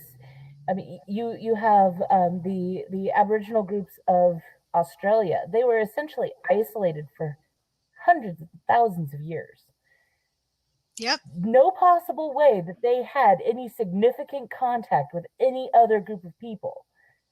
They're all out there alone on their island, and they still have the dream time. They still have these entities that affect, you know, the world around them. They still developed these things, and they're surprisingly similar in a lot of these ways by appealing to these archetypes. So, I mean, you know, it's just there's something to be said for that being how our minds work. And, you know, so, you know, you have people who believe that the gods are a manifestation of human psychology. You have people who believe that the gods are, you know, all facets of the same, you know, overall deity. And you have people who believe that the gods are specific, real individuals, etc., etc. I kind of actually fall into the last two categories simultaneously, which is odd. Don't ask. My God has multiple personalities. I think actually I wrote a whole paper on which I did as a when I was at the Canadian National Pagan conference and a couple years back. It was a keynote address. Actually, I was asked to be one of the keynote speakers, and I wrote this. I think the foundation of all modern neo-pagan belief is doubt, right? Everything. Okay, for me, the jury's out. Right? Are the gods manifestations of my side, or literal beings that are kind of extra dimensional and interact with us? I don't know. And I don't really care. Actually, it doesn't matter for what effect they have on me, how I relate to them, how I relate to their stories, right? So it doesn't really make any difference. Do I accept that either could be true? Yeah, I do, right? And I think that's the foundation of, you know, pagan theology, and why it's an excellent postmodern faith, right? Because we just, you know, okay, your belief about it is this and your belief about it is that, and nobody's got any, there's no such thing as heresy, right? There's no such thing as a pagan heresy. You know, it's like understanding how the human mind works and then going, okay, so does that mean that everybody sees the color red the same way I do? Who could possibly answer that question? Right. How could you ever know? There's no sure? way to know. There's no way to know. Yeah. So, you know, at a certain point, you just have to be, well, this is how I see it. So there you go. Right. And, you know, acknowledge the way other people see it, or not and be a jerk, but, you know, whatever. Well, yeah, or not and be a jerk. Exactly. Who am I to say that my view of what is any, you know, better or worse than yours? I have no idea. I'm making my best guess based on the information that I have at the time. That's all any of us are doing, right? So, you know. Yeah, I mean, the thing is, if you go into philosophy, there is literally no way that you can perceive anything without it being inside your head. Literally, reality is in your head. And Yep. we have seen, well, okay, so I have a minor fetish for it, but okay, watch House MD and you'll see a lot of them. You can see how people can have certain parts of their brains and neurological systems affected, and it literally changes how they perceive reality. And how would you know better?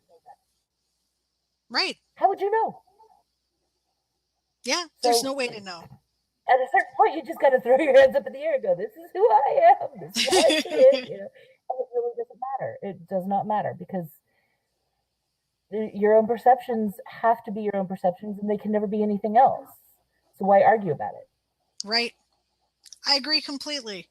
I think that yeah, myth has a universal appeal because we do relate to it. We do recognize these archetypes in the way in which people do things, and we do tend to take these roles in a community, and I think that's as relevant today as it ever was. I also think the stories are very relevant because they're about self-actualization, right? And about and about learning things that are good for people in general, like how to share knowledge with others, or how not to be a hubristic ass. Lots of good useful stuff. Just pointing out, we've just passed the half-hour mark, guys, so time's running out if you want to get in on stuff. It's the home stretch. It is. Get it in while the getting's good. So how do you use mythology in your stories? We sort of briefly covered this before, but the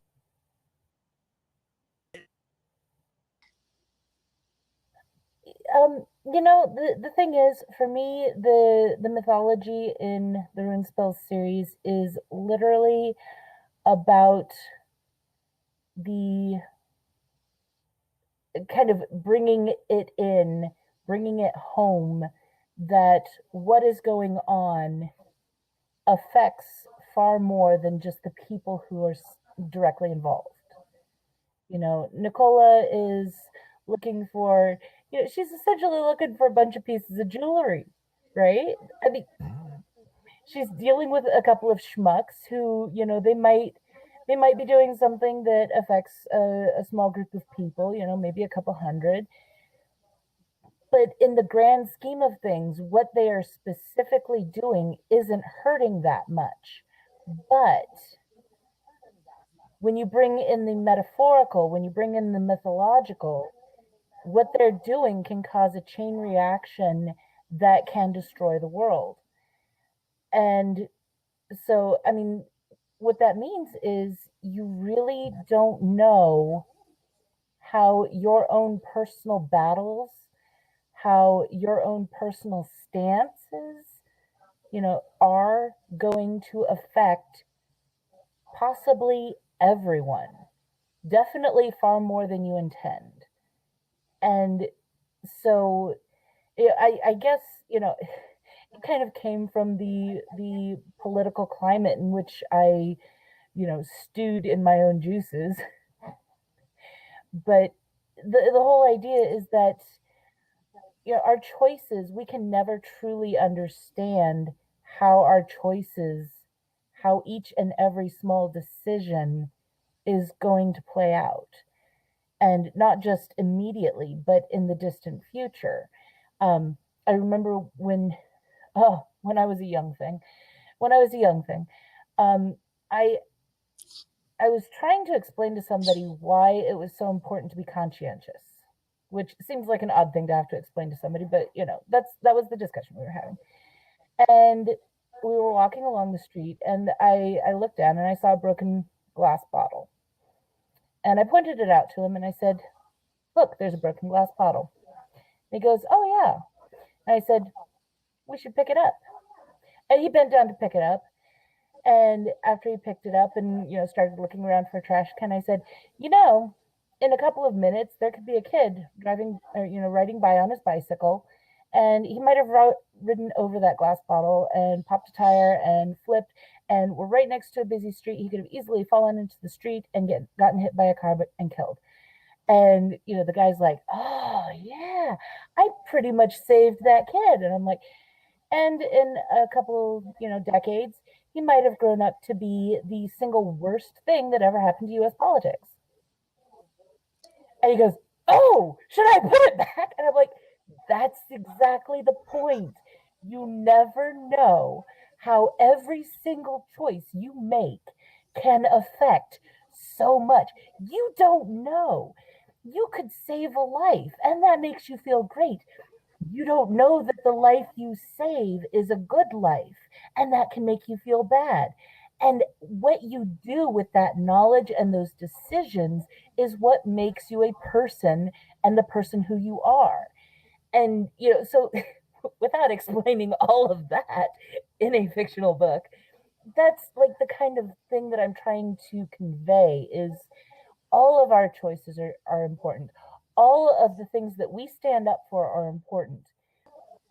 I've said several times that I do not get into arguments on Facebook to win an argument with that person.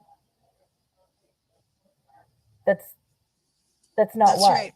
It's because there are other people watching this, That's pointless. and at the very least, I want that one person who is almost in tears to see what I say and go, yes, don't let him get away with it. Don't let that person get away with saying that crap. Somebody else says that that's crap. That's what you need to do. So, I don't expect people to change their mind just because I call them on their BS. That's, that would be a little arrogant.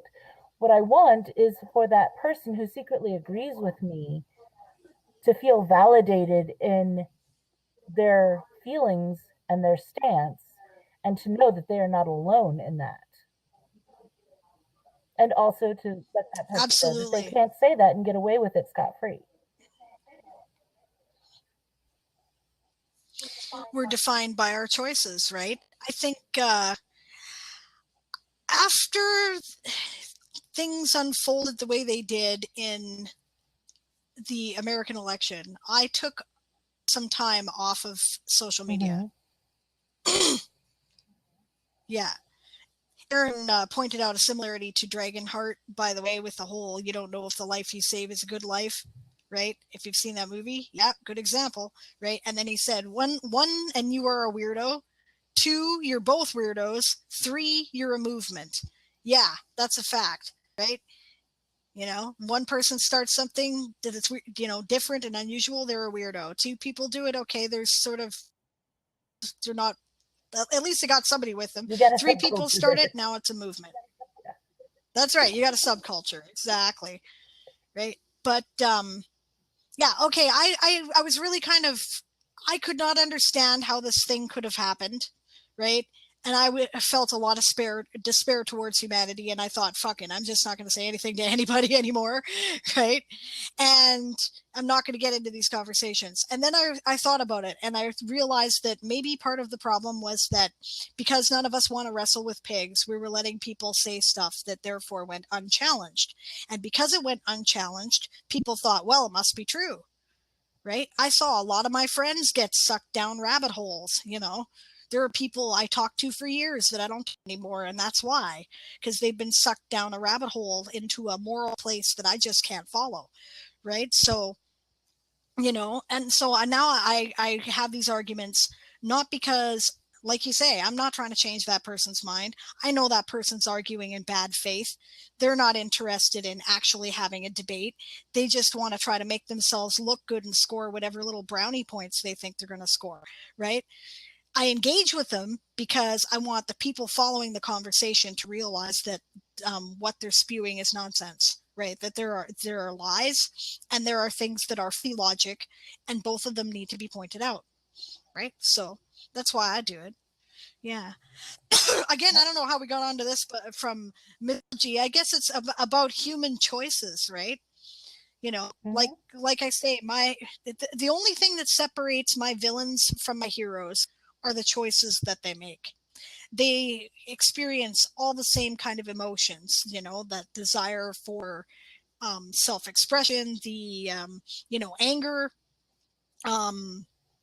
despair, hope, right? Love. They all experience these things. It's really a matter of what do you do with it, right? And you're right. You can't know what your individual choice is going to bring at any given time. You just can't, right? So you have to do your best with the information that you have, right? But you should try to do your best rather than, I think it's the moral thing to not go, oh, well, I'm following the rules and therefore I'm doing the right thing. No, the rules aren't necessarily the right thing. The rules exist so that we have a general code of behavior so that the people who are inclined not to do the right thing will do the right thing, right? If they choose, like you said before, to break the social contract, right, then we have this, which we can impose punishments, or something like for the good of society, right? It's because the rules are in themselves holy, right? Why are you doing things? Murder could be right or wrong depending on the circumstance. It's always wrong, but sometimes it's a lesser evil, Mm-hmm. Yeah. 20 minutes, folks. Yeah. Actually, probably less, because my clock says 11:34, and the Kickstarter officially ends at 11:51. So, like, more like 17 minutes, I think, but just saying so, right? So, yeah. So that's what I do with my characters, right? My characters make choices, right? And they don't always, even the good guys, make the best choices. Sometimes they make bad ones. Sometimes they let their fears get the better of them. Sometimes they let their anger get the better of them. But mostly they try not to, and that's what makes them heroes.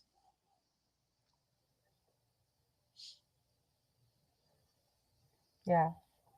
Yeah. That's something else that I try to address, and that I've noticed that you seem to be addressing in your Wyrd West Chronicles, is that the people who don't think that they necessarily have it in them to be a hero, at least not a hero of note, not the hero, those are the ones that have the chance to make the difference. Those are the ones that actually might be able to make those changes and be in the right place at the right time to stop the thing, or whatever. We need to stop. The superhero idea is fabulous, but I think the reason it's appealing right now is because there are so many of them, and they're not just like the hero. There's how many shows now are there of the superheroes that aren't quite good enough, or they're too young, or they're still recovering from being villains, or something like that. Yeah. We can see that in ourselves. We don't have to have been perfect from birth. We don't have to have been sent here to save the earth from kryptonite, or whatever. Right. We don't have to be that to be the hero. So yeah, I think that that's something that people really need to hear, because it is something that, I mean, like you said, we sit there and we challenge things on Facebook and in real life, and make sure that these things are things that people aren't getting away with. And so you and I both know firsthand how much guts that takes to be the first person to stand up and say, this way, you knowing that you're going to be a target. Yeah, sure is. And do I have the spoons for it today? So, yeah. But it's got to be done. Somebody's got to do it. Having, right, yeah. So yeah, I mean, having those stories of people who have done that, and have worked through it, and very real ideas of how hard it is, because quite frankly, saying, oh, don't worry, you can do it, yeah, that doesn't help when I feel like I'm slogging through quicksand and am going to literally die right now. Just don't tell me I can do it.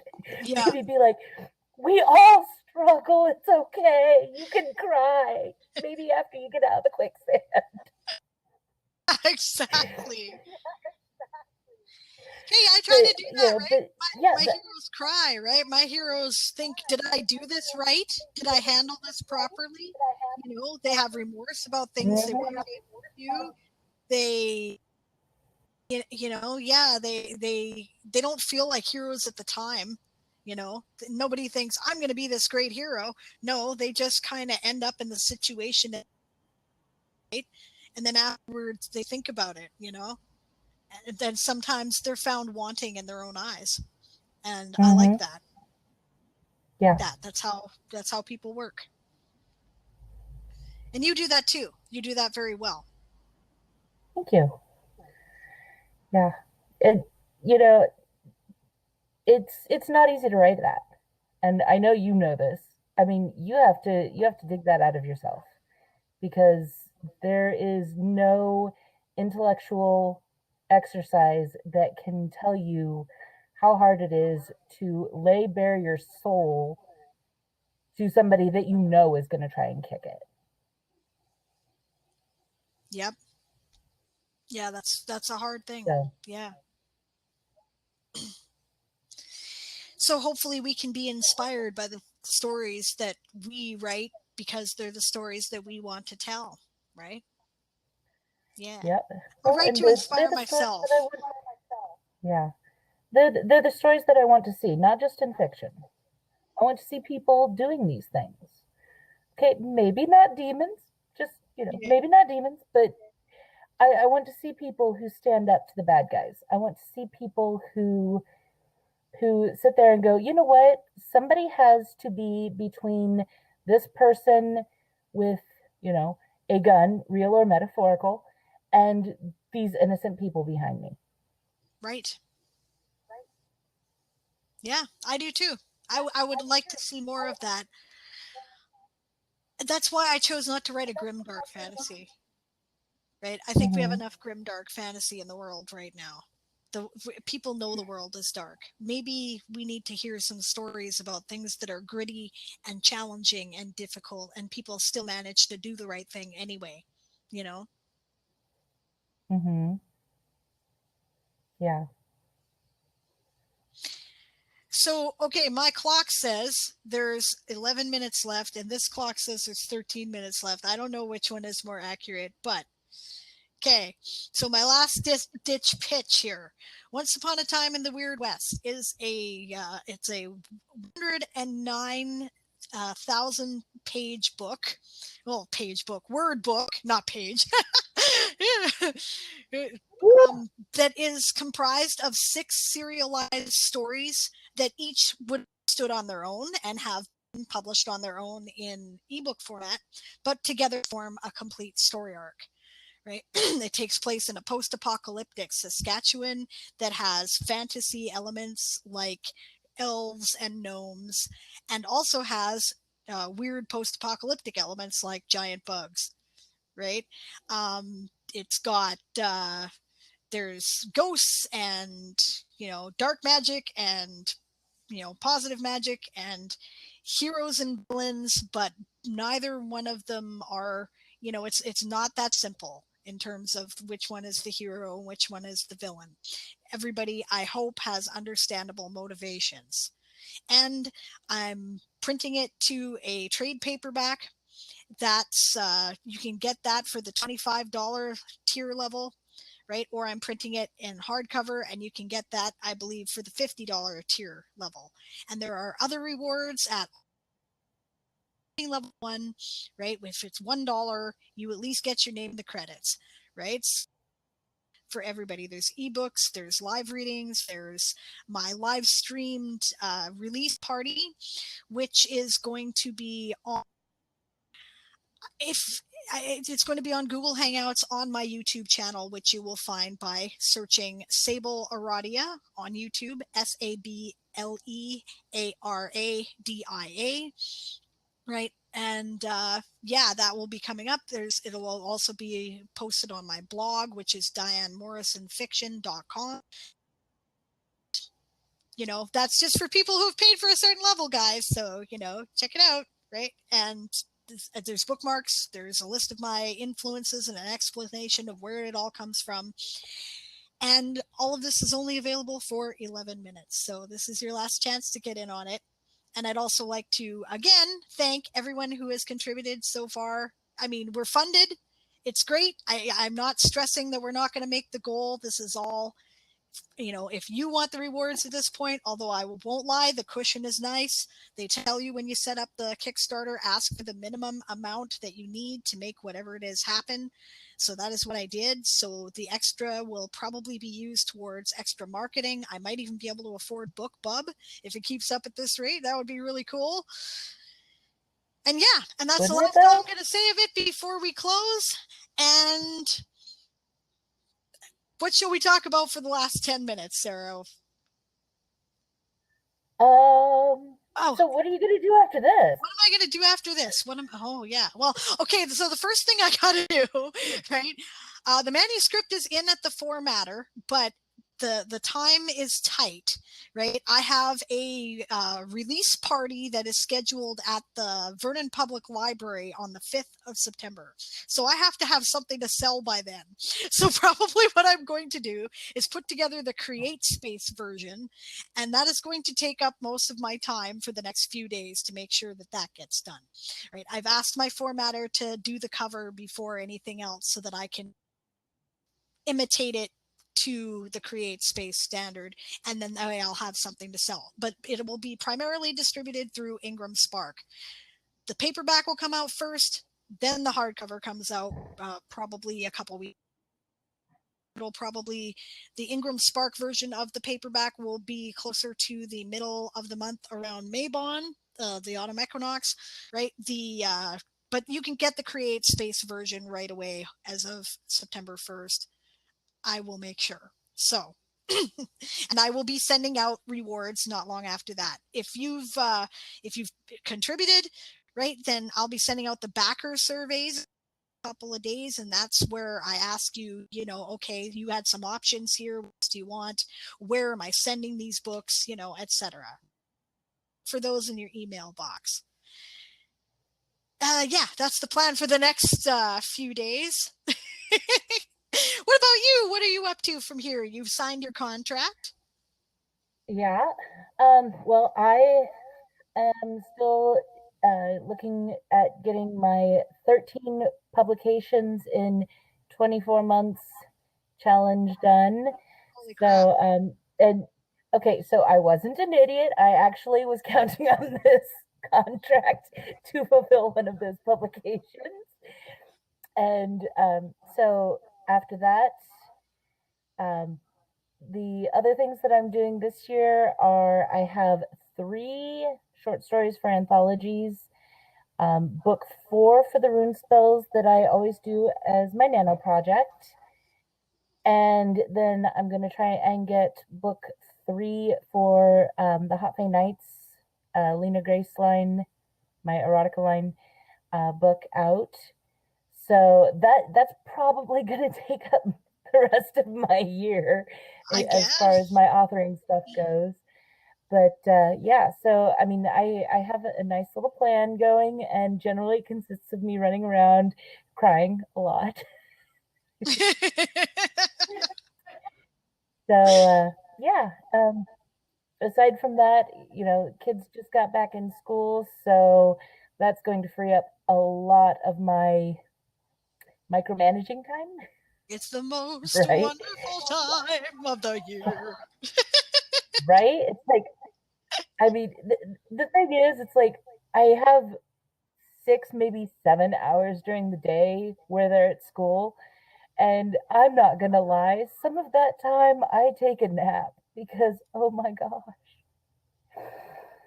Erin says, how old are your kids? Oh, 8 and 12.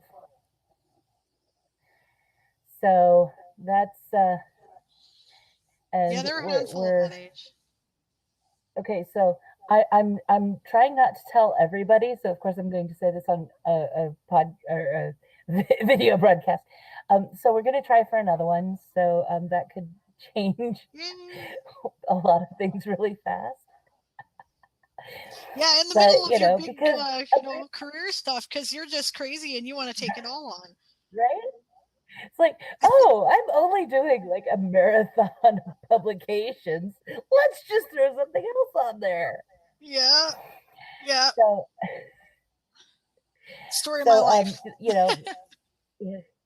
Well, I mean, the thing is, we're going to try, but we're not going to like really try. So, we're not Right. going You're to be like not investing trying is in the point, kind of right? medical procedure kind of thing here. So, Right. most of the trying should be rather enjoyable. Good luck. That's great. Have fun trying. But it's a thing that is possibly going to throw a nice little monkey wrench in the middle of my schedule. So should be Yeah. fun to see how that turns out. Yeah. But Yeah. yeah, I mean, I did set up a forum on my webpage if anybody wants to join in for part or all of the 13 and 24 challenge. The idea is to essentially do a first draft, edits, and ready for publication in approximately 2 months. That's awesome. 5 minutes left according to this clock.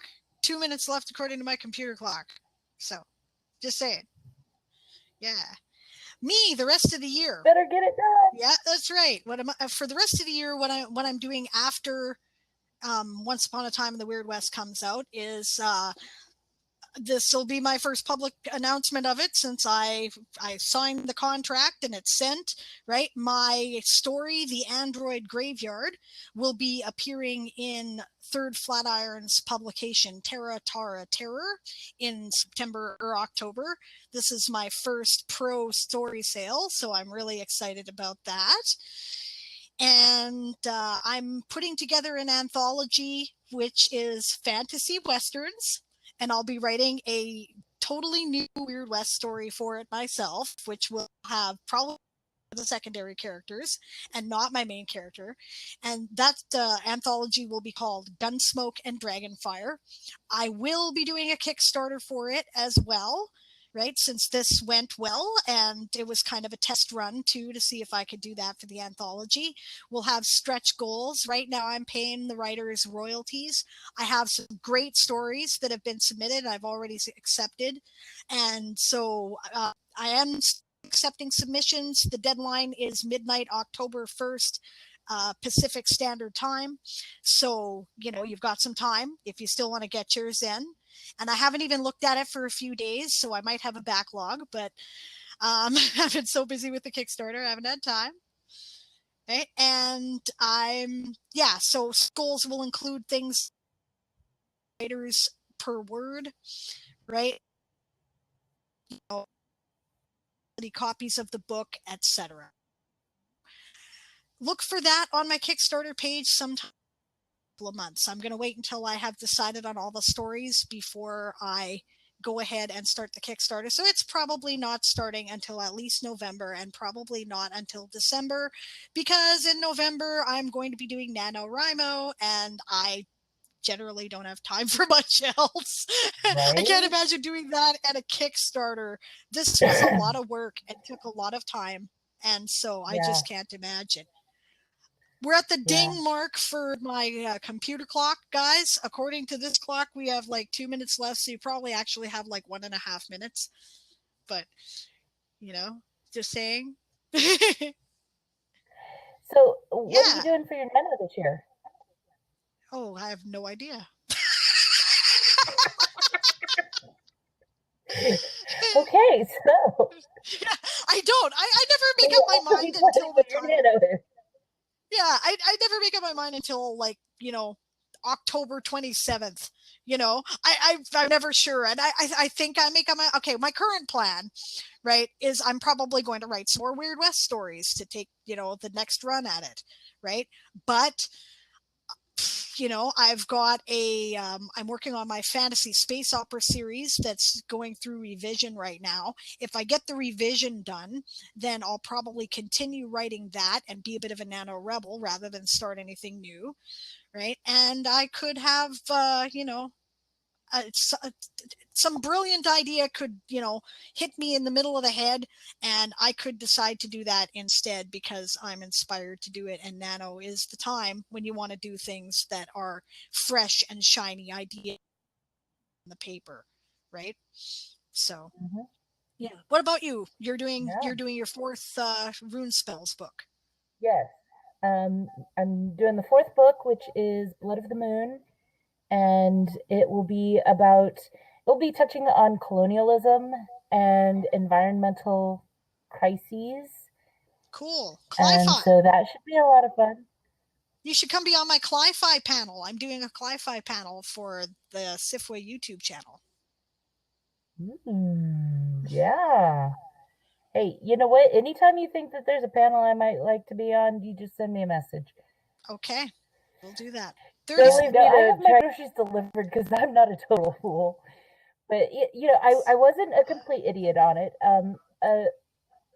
About I think 10 of the books, no, 9 or 10 of the books that are the publications that I'm planning.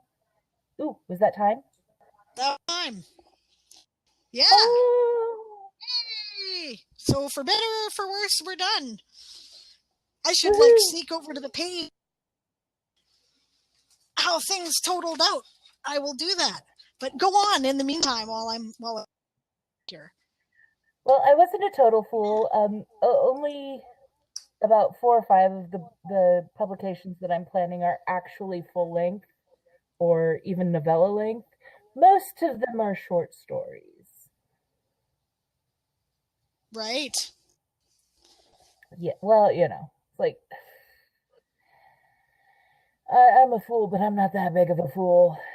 I know that it's possible to write that fast, but it wears me out emotionally and psychologically. I admire those people who can do that. I cannot write that fast. I have to revise and revise and revise. Yep. So, yeah. So, yeah, it's an intense schedule, but it's not perhaps as intense as it could have been. Wow, that is so cool, guys. We included just a sec here because it's like showing our live stream. The final total was $1,545, 40 backers. Thank you guys so much. That is so awesome. I can't tell you how emotional and happy that makes me. Thank you. Fantastic. All right, so that, like I said, backer surveys will appear in the next couple of days, and look to your email for that. I will try to get them done as quickly as I can so that I can make sure you guys get your stuff as soon as possible. So thank you. That's so good. Aaron says all publicity is good publicity. Yeah, probably true. But you have heard of me. Yeah. And then he typed the total because he was. I feel like that sometimes.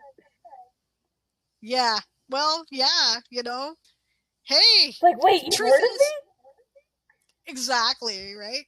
Yeah, no, the truth is nothing we do is going to please everybody, right? So I might as well be notorious. That's okay too. Yeah. People said Stephen King is a hack all the way to the bank, I'm telling you. So that I could be such a hack. I know, right? Any last words before we call this, since we're at the close? And congratulations. I am so thrilled that this went well. It makes my little hybrid published heart go pitter patter. Thank you very much, and thank you for helping me out so much with this. You've been amazing, and I really appreciate it. Call on me anytime if you want to do something similar or whatever. I'm happy to help. Oh yeah. She's like, yeah, I took note. Yep. All right. Aaron says, my last words. Okay, so this is going to be up on the YouTube channel in probably a day or two. And thanks again to Sarah, and thanks to all of you. This was a lot of work, but it was a lot of fun. It was nerve-wracking on occasion. There were some real highs and lows. I just thank you all for sticking with me. I hope you enjoy your book. I really appreciate all your support. Have a great rest of your day, and I'll see you again probably in December for Gunsmoke and Dragonfire.